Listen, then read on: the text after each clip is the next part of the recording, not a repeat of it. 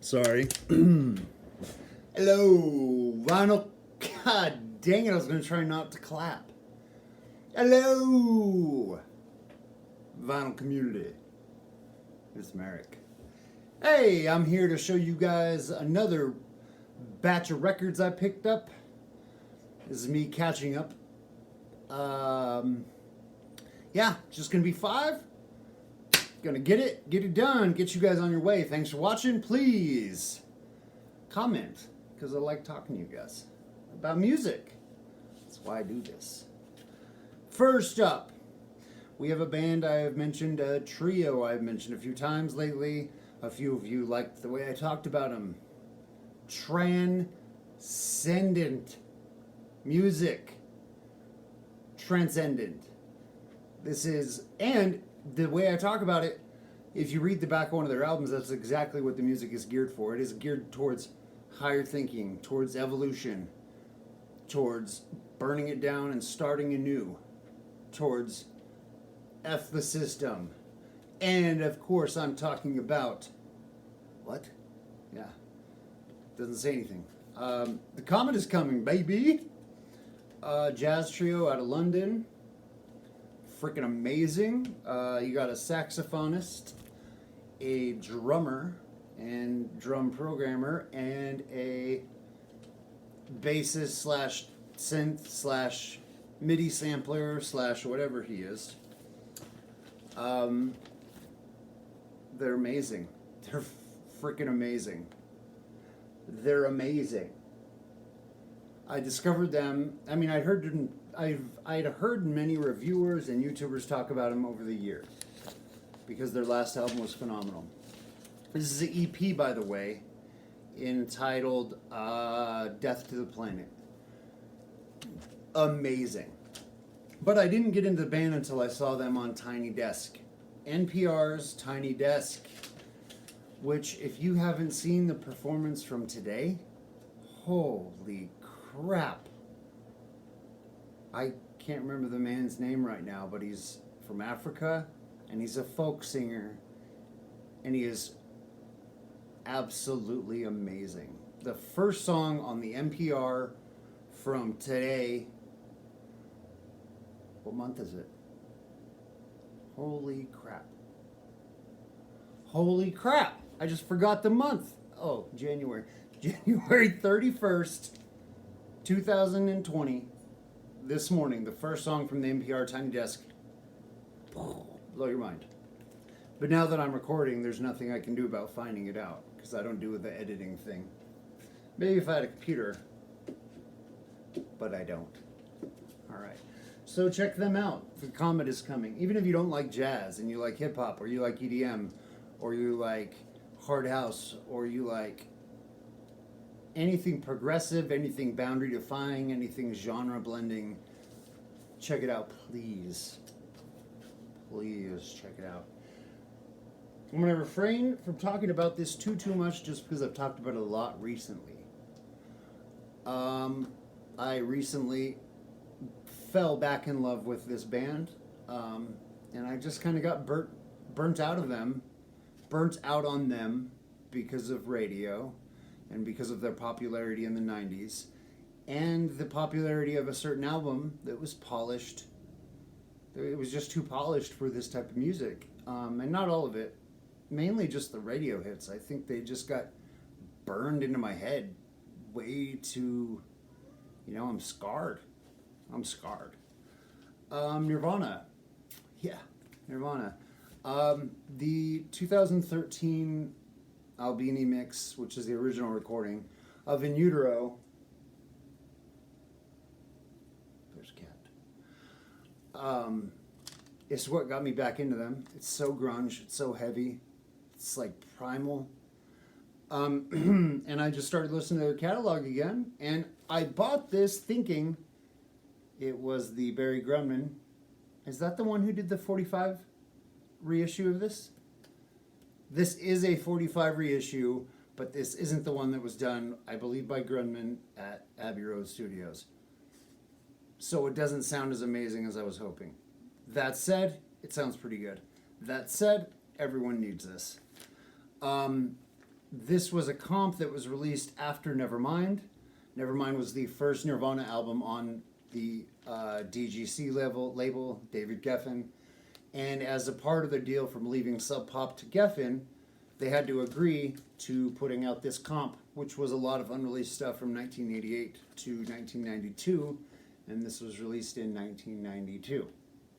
My cat is sitting in front of the monitor watching this video. That is so weird. All right, so Nirvana, Incesticide. Amazing. Maybe we'll just drop this track list real quick, all right?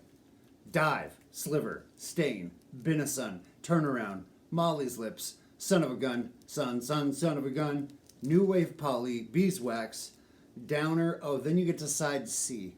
Once you hit side C, this is like, it transcends what the album was on side A and B.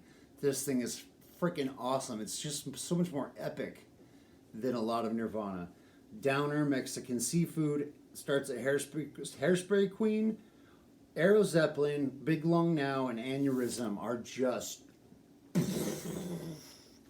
blow the doors, man. I don't even know. Peanut, you are tripping me out. You're tripping me out, Peanut. He's tripping out. He's sitting on the counter right in front of my iPad just... Next up, we have... Oh! That Nirvana album, that was purchased with my winnings, with my booty from Miss Lady Soul's contest. Eve. No. Did I forget her name? I'm pretty sure it's Eve. Yeah, Miss Lady Soul. Great woman. She's up from Quebec, I believe. Ontario. Could be wrong. But anyway, so I bought that with those winnings, as well as this, which I'd been meaning to pick up for quite some time. Wasn't able, I totally missed out on the mint pressing, which had the alternative cover, and now those go for well over 150, so that was never happening. There's just a black press. I linked his Grammy performance in one of my last videos because it was so amazing. When I watch it, I feel like I'm watching one of the greats, like Prince or MJ. And the thing with Tyler is that he wrote and produced and arranged this entire album note by note. It's one of those huge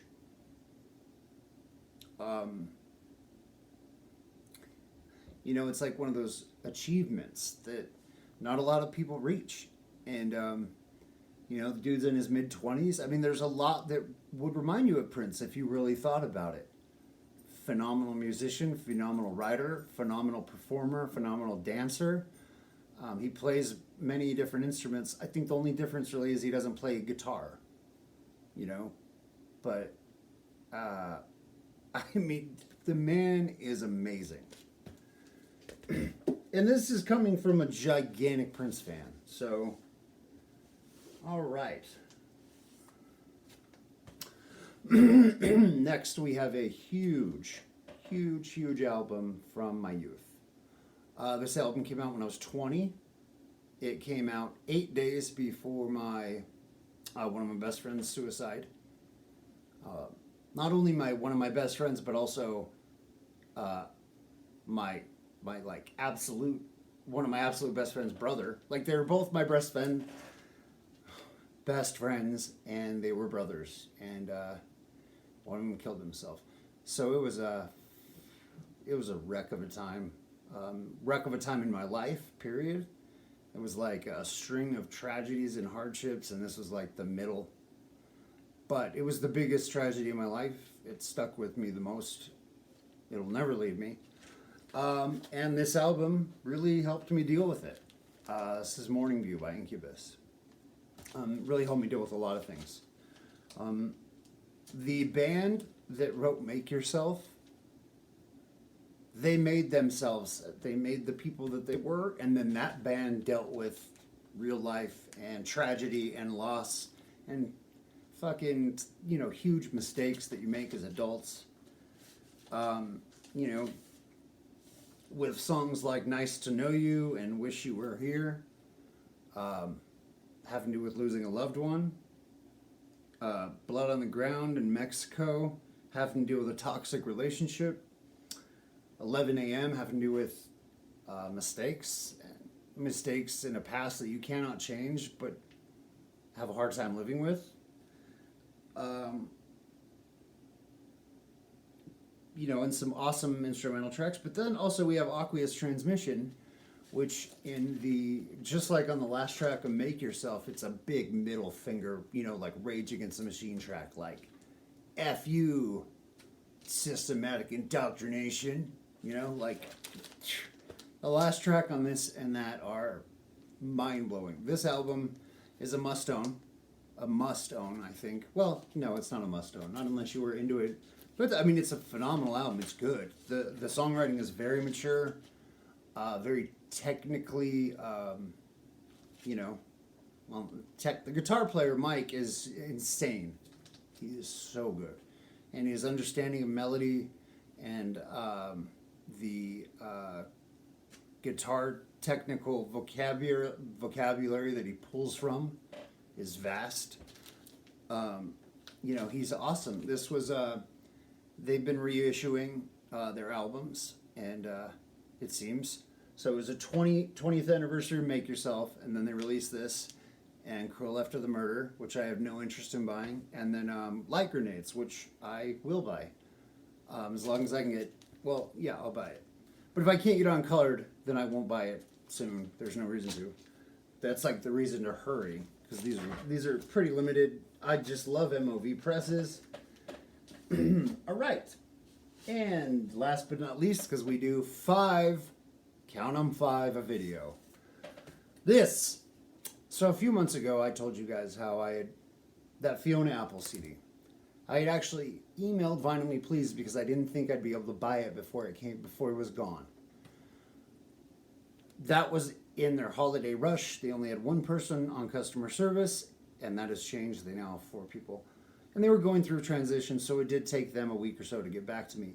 When they got back to me, they realized I had already bought it. They offered to refund me my money and still give me the record. No, that's not necessary. I knew something would pop up. And sure enough, they announced this a few weeks later. It was limited to 1,000, and it was during the holidays. I thought for sure I wouldn't be able to get it. So I emailed them and asked them to give me a copy, and they did. When I posted it on Facebook, one of the responses I got was, "They actually gave you a Christmas present? I've been with them for 5 years and I've never gotten a Christmas present. Looks like it's time for me to unsubscribe." So, that's the world people are such asses. I didn't ask this, I didn't respond in this way, but does he I make Vinyl Me Please videos. I make videos. I've referred 12 people to Vinyl Me Please, probably more, but that I know that I've actually gotten their email address and gotten us each a $10 credit. So that's that. I've been named like a favorite customer on Facebook because I talk about them so much. Videos, tweets, I have been a huge champion for VMPs since I started with them almost a year ago. And I'm pretty sure that dude does none of that, but that's not the way you think. Someone got something I didn't get, I'm mad. Oh well, man. His loss, he's the one who's miserable, right? Boom! The second this popped up, I knew I had to have it. This is Ray Charles, Modern Sounds in Country and Western Music, volumes 1 and 2. Yeah, that's right. On mono. Finally got a repress. The repress it deserved. On mono.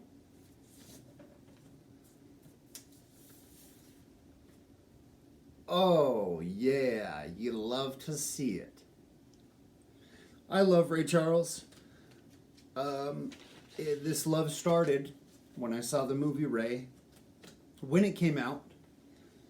And of course I was familiar with a lot of his music. But I connected to a story, and I feel a lot of empathy, and I mean, it's an amazing story. And then I'm an addict as well. I'm clean, but I've been through my share of trials and lots of stuff an artist deals with, and I love everything he did, especially his younger stuff. Now this is kind of mid-career, and I really want everything before that. Like, I love What I'd Say, anything early. Early Ray, his jazz circuit stuff, his gospel, R&B. Actually, yeah, I'll take any Ray Charles, but especially the first 15, 20 years. No questions. All right, that's it. 5 more records. And this was the new format, and I know I dropped the ball already last week. Been a lot going on, and then there are so many contests going on right now. I don't know if you guys know, on my contest list on YouTube, I have 7 current open contests that I'm going to enter. It's a busy time in the VC, so I'm glad to be part of it. Thanks for having me, guys. Until next time, keep digging them truffles.